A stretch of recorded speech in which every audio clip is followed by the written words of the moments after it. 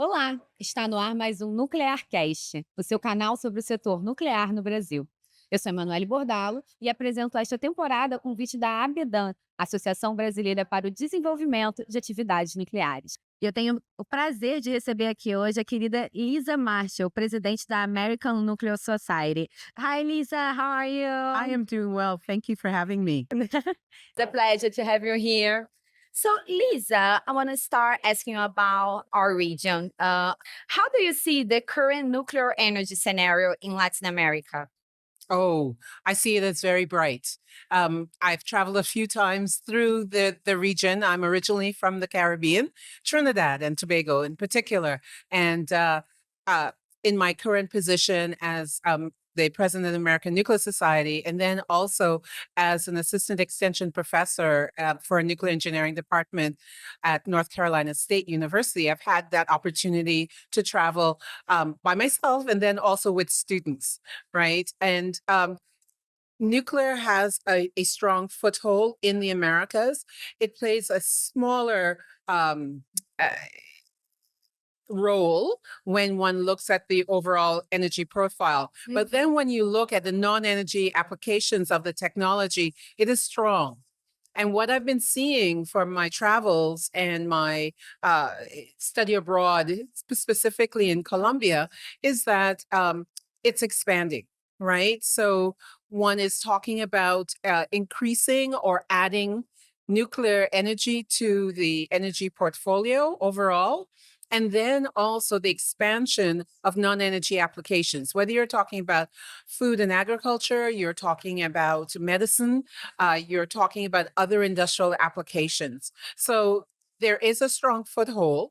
There, in my opinion, an expansion is inevitable. How we go about doing that in this region, we're talking about South America and the Caribbean, we'll see, right? As you have to line up the policies with the people and then also the products and services for this region. And talking about that, what are the key steps the region still needs to take to move forward in nuclear sector? I think it's similar to other areas that have nuclear as part of its portfolio.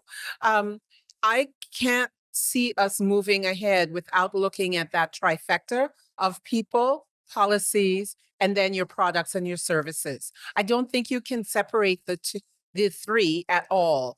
We, at different points, you may have one leading a little bit more, but the others have to be in step, right? Soon after, if not in that initial arrangement. If we are to expand and be very thoughtful about it for sustainability of the sector itself. And how would you see Brazil's position in the nuclear sector today compared to other Latin American countries? You're ahead. You're ahead, right? When you hear about the uranium deposits being the sixth largest, when we have operating nuclear plants, when we have a tradition of education within the area, in addition to partnerships with other key nuclear nations. Those are already in place. It's almost as if we need to ramp those up a bit more so that then we can usher in the kind of the next wave of nuclear applications in Brazil and then neighboring nations.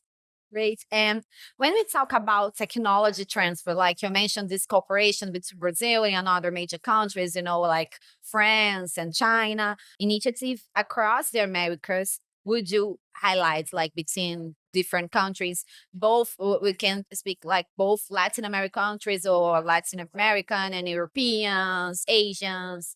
I think all of the above, really, because when I look at Brazil and how it's approached to the expansion of nuclear science and technology, it has a number of different partnerships, whether it's partnerships with the United States.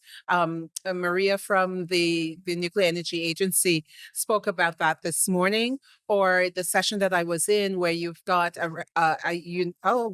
the name of the university she belongs to. But it's a Russian university, right? And the collaborations there. And then also looking at the region itself and how Brazil is in cooperation with other neighboring nations to help to bolster kind of the footprint of nuclear in this region. And looking forward, right? So I think about the plenary this morning, and one of your ministers talked about that, right? That we've reached so far because of what we've done back in the 50s and 60s. We're continuing it into the future, to the present, but now we have to up our game. Right. And it was a challenge that he was giving to the nation. And this is happening around the world. In the US, we're seeing that as well. Right. I don't call it a renaissance. I don't call it a revival. I don't use any of those terms. This is an expansion, period. Because we have used nuclear since the dawn of its existence. I go back to President Eisenhower's speech on atoms for peace. And it was a challenge. And we rose to those challenges globally. And now there's a need for a renewal of that challenge. What can we use the technology for? And where do we see it into the future? Into the future in the sense of just around the corner, 2035, 2040, but way into the future. We're talking 2050, 2060, and beyond. And with that requires us to think deliberately, not just of the challenges that we see today, but what are some of the challenges that will greet us into the future, and to prepare the next generations to have that ability not to be stumped by those issues, but take us further, right? So we've got a firm foundation, and I think sometimes we forget about that. It's just a matter, in my opinion, that we need to up our game, right? On all levels. So what's holding us back? The supply chain, right? The domestic supply chain. How then do we deepen that? About the time to completion of our various projects on the energy and non-energy side. Then what do we need to have in place for that to be overcome? Looking at your cost overruns, right? How then do we address a different financial model so that we can overcome? How do we de-risk the technology sufficiently so that we can make those progresses across a number of sectors? And then also human capacity building. This is a long-term game, right? So it's not about pipeline. It's not about workforce development. To me, it's human capacity building. What do we have to do as early on as in middle school? And then to scaffold upon what we're doing and help to make that transition either to technicians programs, so your trade schools, your community colleges, but then also we need some of those individuals to go on to undergraduate programs and to graduate programs, for individuals then to be attracted to government, to be attracted to industries, to be attracted to academia, so that then we have new knowledge production that occurs across a number of our various sectors, propelling our technology forward. And for Brazil, for neighboring countries, for the region. So when I think of the region, I think of the Americas and the Caribbean, and then also globally, right? So we've got a number of our professionals that are abroad, right? And they're playing a role in society. Now, how can that kind of synergy, that cross-pollination be to the benefit of Brazil? It's good that you talk about human capacities. Let's talk about that. When we think about career opportunities in the nuclear field, they usually associate it with engineering and hard science. Right. Do you see professionals from other fields entering the sector? Tell us a bit more about Almost that. definitely. When you look at any one of the sectors, it's not only your STEM disciplines, science, technology, engineering, and mathematics, that make it go, right? That keeps that momentum going. You're also looking at communicators, right? You're also looking at marketers. You're also looking at your economists. You're looking at your project management individuals, right? You're looking at your psychologists, your sociologists, especially when you look at human factors, right? All of these various professions have a place within nuclear. Geologists, geographers, the mapping of various resources, better understanding of environmental impacts, right? You're talking about your environmental studies, your environmental scientists as well, being in this space. So to me, there is a need for everyone to be situated within this sector, just as you have a need in other sectors for your STEM discipline, and then your non-STEM discipline individuals in this field. Latin America has been a nuclear weapon-free zone since the Cold War. But with the rising nuclear rhetoric around the world, how can we prevent countries without nuclear weapons from considering develop their own arsenals? Oh, some cross-pollination is definitely needed, right? I think that if we are to improve the lot of the region and globally, there needs to be a sharing of technologies, right? And the technologies around energy, around medicine, or you name it, right? So there is that non-energy and energy applications, and that sharing of that knowledge base and the benefit of our technologies across the board. I think that then helps to balance off the desire to have become nuclear weapon states. When environmental stewardship, when energy security, energy justice, when you have national development that is happening in a number of nations, we see those rise, then it's less of a temptation to head in the direction of weaponry, because there's a stable environment for growth to happen. And nuclear can play that particular role.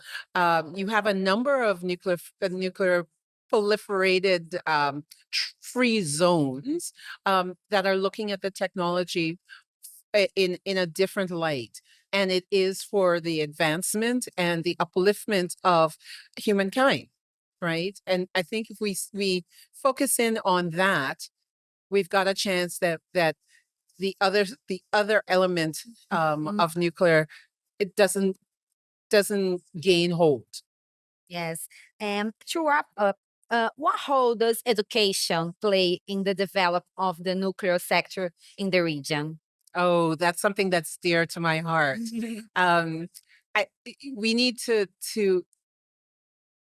help with the spark in students. Some students will come to nuclear students will come to nuclear from various vantage points, and we need to have a welcoming, a supportive, and an exploratory approach to education.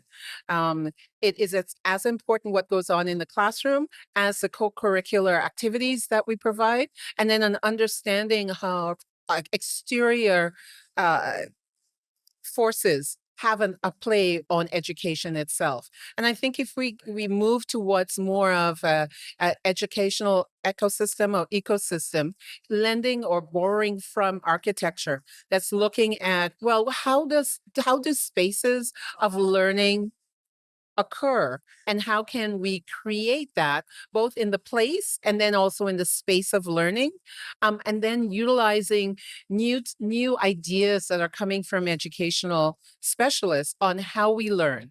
The whole idea, and this is not new, but it's gaining more of a resurgence. How then do you learn through play?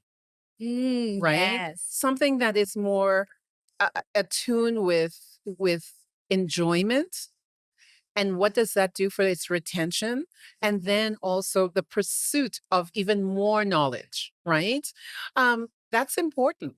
I think that we've gotten away from that. And we can learn from computer education or physics education or chemistry education in a way of gamifying our ways of learning, also looking at multimodal techniques, right? It's not death by PowerPoint. It's not death by sit and watch and listen to someone for hours chat. Or it is not about secluding individuals in a classroom for a test. There are other ways of learning and assessment that can be employed within the sector that still gets at the rigor of what is necessary, but at the same time, kind of adapt in way of learning styles. And then the assessment tools have evolved over the years. So let's take a look at what has been developed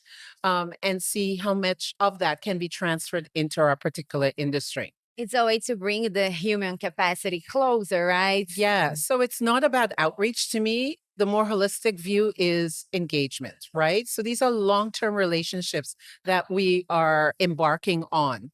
And the individual is always looking for that I'm not a number, but that individuals are seeing me as a person and more likely to have engagement, not outreach, right? The same thing for pipeline. When you think of pipeline, if there's a leak, you just kind of push things through and you try to close up that particular leak, but you're not looking at evolving the pathways into the sector.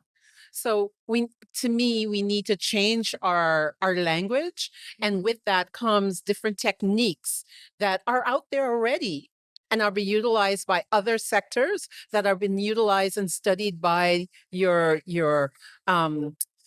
educators in that space. To how then do we try to engage the whole person in this process? And I think we will have better success as we evolve, just as our technologies have evolved. Our education and training also needs to evolve if we are to attract, to support, retain, and continue to develop. So I'm thinking of long-term or lifelong learning as a process as well that needs to be done. And that needs to be done in partnership with the educational institutions, the private sector, and government, however we define government and their role in the nuclear enterprise. Great. Thank you so much, Lisa. You're very welcome. It was so nice to hear you talking about that. So passionate. So thank you. Thank you so much. Thank you. Obrigada à nossa audiência que acompanhou até aqui. E obrigada à equipe da ABDAN, que está nos bastidores fazendo que tudo aqui dê certo. Até o próximo episódio. Vejo vocês depois. Tchau, tchau. Tchau.